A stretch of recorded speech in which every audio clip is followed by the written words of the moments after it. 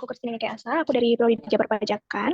Jadi di sini aku akan menyampaikan materi mengenai PPh Pasal 21 atau Pajak Penghasilan 21. Nah, di mana PPh 21 ini terdapat peraturan terbaru nih di tahun 2024 nanti. Jadi kita akan lihat skema perubahannya tuh seperti apa dan peraturan apa sih yang baru itu dari PPh Pasal 21 ini. Oke, next slide.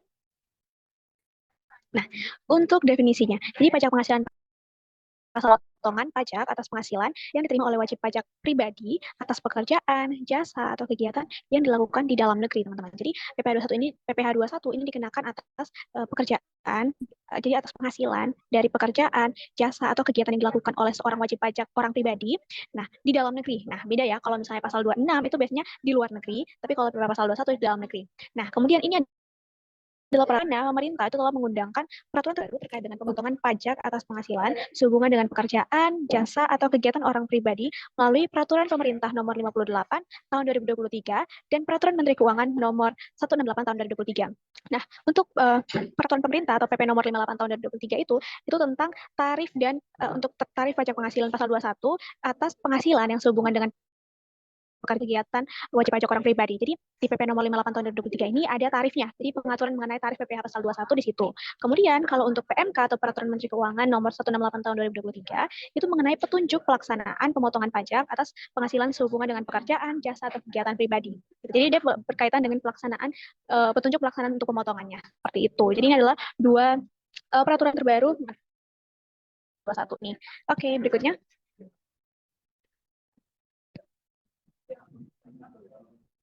Next slide. Oke. Nah, sekarang kita akan lihat nih teman-teman perubahan skema perhitungannya. Jadi karena ada peraturan terbaru tadi, maka skema perhitungannya pun berubah, teman-teman. Nah, apa sih yang berubah? Nah, ini adalah poin-poin yang berubah tersebut. Yang pertama adalah perubahan untuk seluruh skema penghitungan PP Pasal 21 yang dipotong untuk pegawai tetap untuk masa pajak pegawai tidak tetap. Nah, jadi salah satu subjek pajak PPh 21 itu adalah pegawai tetap dan juga pegawai tidak tetap gitu. Nah, ini ada perubahan untuk seluruh skema perhitungannya, di mana sebelumnya kita menggunakan PPh pasal berlapis ya PPh pasal 17, tapi untuk peraturan terbaru ini kita sudah menggunakan TER gitu, ada tarif efektif rata-rata gitu. Kita sudah menggunakan TER untuk masa pajaknya. Selain masa pajak terakhir ya, berarti kita gunakan TER itu dari Januari sampai dengan November, kita masih menggunakan tarif PPh pasal 17 seperti itu. Kemudian yang kedua, memperluas lingkup penghitungan PPh pasal 21 untuk peserta program pensiun yang masih berstatus pegawai yang menarik dana pensiun. Dari hanya dana pensiun menjadi berlaku juga untuk lingkup BPJS TK, ASABRI, dan juga TASPEN. Jadi ada penambahan nih subjek pajak, yaitu peserta program pensiun yang masih berstatus pegawai yang menarik dana pensiun. Jadi peserta program pensiun tapi dia masih pegawai saat itu. Jadi ada perluasan link pasal 21. Kemudian yang berikutnya juga ada pengurangan nih, tambahan pengurangan, ada pengurangan zakat atau sumbangan keagamaan, di mana ini bersifat wajib yang sifatnya itu dibayar melalui pemberi kerja dalam penghasilan bruto PP pasal 21. Jadi ada kan dalam perhitungan PPh pasal 21 itu nantinya ada pengurang kan yang mengurangi penghasilan. Nah, dengan begitu zakat atau sumbangan ini menjadi pengurangnya juga ini terbaru ini. Kemudian yang berikutnya adalah menambah pengecualian penghasilan yang dipotong PPh pasal 1 yang ditanggung oleh pemerintah. Kemudian yang berikutnya adalah penggabungan seluruh penghasilan pegawai tetap dalam 1 bulan gitu. Jadi dalam 1 bulan itu kita menghitung untuk seluruh penghasilannya digabung menjadi satu penghasilan bruto untuk dihitung masa pajaknya. Kemudian yang berikutnya adalah pemotongan PPh 21 atas natura dan atau kenikmatan, serta yang terakhir penghitungan DPP, pemotongan PPh pasal 1 atas imbalan kepada pegawai maka dia bersifat berkesinambungan atau tidak dikumulatif dengan penghasilan masa-masa sebelumnya. Jadi untuk skema perhitungan yang baru ini sudah tidak ada lagi yang namanya perhitungan dengan yang ada sifat berkesinambungan ataupun tidak, dan juga perhitungan kumulatif dan lain sebagainya gitu ya. Karena apa? Karena kan tujuan dari perubahan skema perhitungan ini yaitu untuk memberikan kemudahan atau kesederhanaan bagi wajib pajak dalam menghitung pemotongan PPh pasal 1. Tim tuh merasa perhitungan yang sebelumnya itu lebih rumit gitu, dan akhirnya diubah menjadi lebih sederhana dengan adanya TER atau skema perhitungan baru ini seperti itu. Dan ini juga tujuannya untuk meningkatkan kepatuhan wajib pajak dalam melaksanakan kewajiban perpajakannya karena akhirnya jadi lebih sederhana gitu. Oke, selanjutnya. Nah, oke teman-teman semuanya, di sini adalah subjek dari penerima penghasilan, subjek penerima PPh pasal 21 ada banyak ya, hampir kurang lebih 8. Jadi nanti saya akan fokus untuk bahas perhitungan di pegawai tetap dan juga pensiunan gitu. Oke, saya akan bahas sedikit lebih rinci di bagian yang subjek pajak yang pertama, yaitu pegawai tetap dan pensiunan, di mana mereka itu dikenakan atas seluruh penghasilannya ya. Jadi untuk semua penghasilannya. Nah, beda lagi nih kalau misalnya teman-teman lihat di bagian subjek pajak yang kedua, yaitu anggota dewan komisaris atau pengawas yang menerima penghasilan kan hanya atas honor mereka, honor ketika mereka melaksanakan satu pekerjaan gitu di masa pajak itu. Nah, beda kalau pegawai tetap dan pensiunan itu mereka dikenakan pada seluruh penghasilannya. Nah, di mana di sini ada nih perhitungannya itu ada dua. Yang pertama adalah ketika untuk perhitungan diterapkan setiap masanya. Setiap masa itu maksudnya masa pajak itu per bulan ya. Kalau di pajak itu per bulan. Kemudian di akhirnya itu beda lagi tarifnya. Nah, kalau teman-teman lihat di sini kalau per bulan, jadi per bulan jadi sampai dengan November itu perhitungannya menggunakan penghasilan bruto dikali dengan ter bulanan gitu. Tarif efektif rata bulanan, ter bulanan. Tapi semisal kalau di akhir atau di bulan November itu perhitungannya kita menggunakan penghasilan kena pajak yang sudah disetahunkan atau sudah dikali 12 dikali dengan tarif pasal 17 gitu. Jadi tarif pasal 17 ini adalah tarif yang sama seperti tahun-tahun sebelumnya gitu. Jadi perbedaannya di situ ya. Jadi setiap bulan kita sudah pakai ter bulanan, tapi kalau akhir tahun pakai PKP setahun dikali dengan tarif pasal 17. Nah, yang lainnya seperti anggota dewan dan lain sebagainya itu mereka juga sama. Di sini dia dapat penghasil untuk perhitungannya itu penghasilan bruto dikali THR bulanan sama ya. Kemudian untuk pegawai tidak tetap itu ada dua jenis. Ketika dia tuh tidak dibayarkan bulanan atau dibayarkan misal per hari gitu. Nah, kalau dia dibayarkan per hari itu akan dikenakan per harian. Kalau misalnya penghasilannya itu dari 0 sampai 2 juta penghasilan bruto dalam sehari itu akan dikalikan dengan THR harian gitu. Tapi misalnya kalau dia dibayarnya bulanan itu sudah 2.500.000 per hari gitu, sudah lebih dari itu ya, 2.500.000 lah per harinya, berarti dia akan dikenakan penghasilan bruto dikalikan dengan 50% dikalikan tarif pasal 17. Nanti kita akan lihat ya, ter bulan seperti apa, ter harian seperti apa, ter pasal 17 itu seperti apa. Nah, yang di bawah-bawahnya juga seperti itu. Jadi cukup ini itu dari susunan dalam satu naskah untuk PPL 1 ya. Jadi sudah lengkap sih. Ada sudah dirincikan ya supaya kita lebih paham lagi bagaimana perhitungannya. Jadi ada subjeknya ada berapa sekian, bisa teman-teman lihat. Kemudian sudah ada kayak dikenakan atas diterapkan saat apa. Kemudian juga untuk perhitungan itu seperti apa gitu. Jadi untuk contoh soal nanti saya akan fokuskan pada pegawai tetap dan pensiunan gitu karena cukup banyak ya teman-teman untuk perhitungannya karena teman-teman bisa lihat gitu. Nah, jadi kita akan fokus dalam video ini kita akan fokus pada satu jenis subjek pajak gitu ya. Oke, berikutnya. Nah, ini yang tadi teman-teman. Tadi ada ter bulanan. Ter bulanan itu akan digunakan untuk pegawai tetap atau pensiunan. Di mana ter bulanan ini dibagi menjadi 3 nih, teman-teman. Dibagi menjadi 3 dalam 3 tabel tarif berdasarkan PTKP. Teman-teman yang belum tahu, PTKP itu adalah penghasilan tidak kena pajak atau maksudnya penghasilan yang potong atau dikurangi lah, mengurangi penghasilan kena pajak kita, gitu supaya pajak yang kita bayarkan juga lebih kecil gitu. Nah, jadi secara apa ya? Secara umum lah. Jadi ada 3 maksudnya 3 inilah 3 tarif gitu. 3 tabel tarif ada ter A, ter B dan ter C di mana mereka itu ketika dia masuk ter A kalau apa? Kalau yang pertama untuk ter A ketika dia PTKP-nya TK0. TK0 itu apa? TK0 itu dia tidak kawin dan punya tanggungan atau 0 tanggungan. Maka akan itu PTKP TK0 itu sebesar 54 juta ya. Nah, kemudian selain itu juga ada TK1, tidak kawin tapi punya satu tunjang, satu tanggungan, dan juga ada K0. Dia sudah kawin tapi belum punya tanggungan. Mungkin dia sudah kawin tapi mungkin belum punya anak gitu. Nah, maka akan dikenakan itu PTKP-nya 58 juta. Nah, kalau TRB itu dikenakan untuk PTKP TK2 dan K1 sebesar 63 juta. Serta TK3 dan K2 sebesar 67,5 juta gitu. Nah, untuk TRC itu dikenakan untuk PTKP K3 sebesar 72 juta gitu. Jadi ini untuk PTKP-nya. Jadi TER A, TER B, TER C itu ditentukan berdasarkan penghasilan tidak kena pajaknya. Nah, untuk lebih rincinya kayak berapa persennya, itu teman-teman bisa akses pada lampiran PP nomor 58 tahun 2023, teman-teman. Oke, next.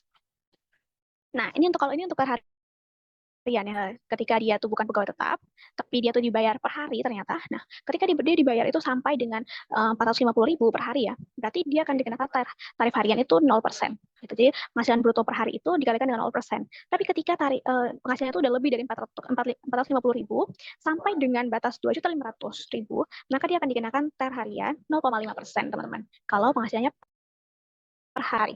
Seperti itu. Oke, lanjut. Nah, kalau ini untuk tarif pasal 17 ya. Tadi kan sempat ada disinggung di bagian subjek pajak tadi, ada juga penghitungan tarif pasal 17, di mana tarif pasal 17 akan kita gunakan untuk menghitung pada akhir masa pajak, yaitu di bulan Desember. Nah, ini ada, jadi dia tuh berlapis ya tuh teman-teman. Maksudnya seperti apa? Jadi ketika kamu punya penghasilan sampai 60%, penghasilan kena pajakmu ya, berarti artinya sudah dipotong dengan PTKP, sudah bukan PTKP, itu sudah sampai 60%, maka kamu akan dikenakan tarif 5% gitu. Tapi ketika penghasilanmu, ternyata 200 juta gitu mungkin, maka akan dikenakan berlapis. Jadi kamu akan dikenakan tarif 5%, kemudian setelah itu kamu akan dikenakan lagi tarif 15%. Gitu. Jadi dia berlapis ya teman-teman. Misalnya kalau kamu punya penghasilan 600 juta misalnya, 600 juta, maka kamu akan dikenakan tarif pertama 5% dulu, 15%, 25%. Gitu. Dan di sini tarif maksimal untuk pasal 17 itu adalah 5M dengan tarif 35%. Dimana ini juga sebenarnya sudah ada perubahan. Merupakan satu perubahan juga sih. Yang awalnya tuh dia sampai batasnya tuh batas terendahnya tuh 50 juta, tapi sekarang sama pemerintah diubah jadi batas terendahnya 60 juta. Seperti itu. Jadi tarif berlapis ya teman-teman. Oke, berikutnya. Nah, sekarang kita akan masuk pada contoh soal. Seperti yang tadi saya bilang, saya akan fokuskan pada contoh soal di mana dia gitu. Jadi kita akan menggunakan perhitungan yang satu contoh perhitungan gitu ya. Oke, kita lihat. Alvin, dia merupakan TK0. Dia TK0 itu adalah tidak kawin, nol tanggungan atau tanpa tanggungan. Dia bekerja sebagai pegawai dan memperoleh gaji dan tunjangan per bulannya itu sebesar 8 juta. Jadi untuk total gaji serta tunjangannya itu udah di total 8 juta. Dan setiap bulan membayar uang pensiun sebesar 100.000. Nah, kemudian kita ditanya PPh pada masa Desember itu berapa gitu. Nah, oke, jadi di sini kita dia punya penghasilannya penghasilan kotor ya, penghasilan kotor atau bruto per bulannya itu 8 juta dengan dia selalu juga membayar iuran pensiun setiap bulan itu 100.000. Seperti itu intinya. Kita akan mencari PP pajak yang terutang di masa pajak Desember atau di akhir tahun kira-kira dia akan bayar berapa. Oke, next slide. Nah, jadi baru kita sudah menggunakan TEL teman-teman. Jadi perhitungan bulanannya kita akan menggunakan TEL. Di status Alvin tadi kan TK0. Nah, jika kita menggunakan skema TEL, maka Alvin ini akan masuk dalam kelompok menggunakan TEL A gitu ya. Seperti yang saya sudah jelaskan sebelumnya ya pada skema TEL bulanan. Nah, maka untuk penghasilan bruto per bulan yang 8 juta itu akan dikenakan tarif 1,5% gitu. 1,5% itu dari mana? Nah, teman-teman bisa lihat di sebelah tuh di atas itu saya ambil dari lampiran PP pasal PP nomor 58 tahun 2023, di mana ketika penghasilannya di atas 7.500.000 sampai dengan 8.550.000, maka akan dikenakan tarif 1,5% gitu. Jadi ini kita sesuaikan sama yang ada di undang-undang ya, sama yang ada di peraturan pemerintah di PP itu. 1,5% jadinya. Jadi penghasilan bruto yang tadi 8 juta, berarti masukkan di sini antara range antara 7.500 sampai dengan 8.550. Berarti 8 juta masuk sini. Maka dari itu perhitungannya PP pasal 21 itu per bulanan dikali dengan penghasilan bruto itu sama dengan 1,5% tarifnya dikali dengan 8 juta sama dengan 120.000. Nah, ini kita asumsikan kalau memang dia sebulannya tuh memang nggak ada penghasilan lain, dia penghasilannya benar-benar 8 juta bersih dari Januari sampai November. Maka tiap bulannya dia akan membayar sebesar 120 ya, akan dibayar 120.000 untuk perhitungan bulan dari Januari sampai November. Nah, sekarang pertanyaannya kan tadi apa ya, dia sudah berapa di masa pajak Desember di akhir itu seperti apa? Nah, slide berikutnya. Nah, untuk masa pajak akhir di Desember itu seperti apa sih? Nah, masa pajak akhir itu gaji dan tunjangan itu kita setahunkan. Jadi tadi kan gaji dan tunjangan itu 8 juta ya. Berarti 8 juta itu kita kalikan dengan 12. Nanti kita kalikan dengan hasilnya sebesar 96 juta gitu. Jadi itu untuk gaji dan tunjangan kita setahunkan, kita hitung, kita kali 12, yang tadi 8 juta kita kalikan dengan 12 jadi 96 juta. Kemudian ketika menghitung, itu juga ada namanya setelah sudah menghitung gaji, ini kan bruto ya 96 juta. Kita cari netonya, penghasilan netonya. Dengan apa? Dan kita mengurangi biaya-biayanya itu apa aja. Nah, ingat teman-teman, mungkin ini informasi baru untuk teman-teman yang bukan pajak. Kita menghitung, jadi setiap orang itu pasti akan dikenakan biaya jabatan. Di mana biaya jabatan itu 5% per penghasilan brutonya gitu. 5% per penghasilan bruto. Jadi kalau kita kalikan 5% dikalikan dengan 96 juta itu sama dengan 4.800.000. Nah, jadi itu akan jadi pengurang. Itu pasti ya teman-teman, meskipun dalam soal atau dalam case apapun gak ada tulisan biaya jabatan, tapi dalam pengurangannya untuk pegawai tetap ini kita tetap masukkan biaya jabatan itu. Kan bruto yang sudah disetahunkan tadi dikalikan dengan 5%. Nah, kalau di sini kita dapat 4.800.000. Kemudian tadi jangan lupa ya teman-teman, di soal juga dia bayar uang pensiun kan. Jadi si Alvin ini membayar pensiunan di mana per bulannya 100.000. Nah, karena kita setahun kan nih ya. Jadi kita kalikan dengan 12. Ketika 100.000 dikalikan 12 jadi 7.200 seperti itu. Nah, kita bisa dapat penghasilan netonya di mana penghasilan bruto gaji dan tunjangan yang setahunkan tadi 96 juta dikurang ini biaya-biayanya dikurangkan dengan 4.800.000 dan dikurangkan juga dengan 1.200.000. Maka kita dapat penghasilan neto setahunnya itu sudah 90 juta ya. Tadi ada biaya-biaya segala macamnya itu 6 juta. Jadi 96 juta dikurang dengan 90 juta dikurang 6 juta sama dengan 90 juta ya. Jadi gaji dan tunjangan setahun kita kurangkan dengan biaya jabatan serta kita kurangkan dengan iuran pensiun, kita dapat penghasilan bersihnya dalam 160 juta. Nah, kemudian untuk pajaknya berapa? Kita harus kurangkan juga dengan PTKP atau penghasilan tidak kena pajak gitu.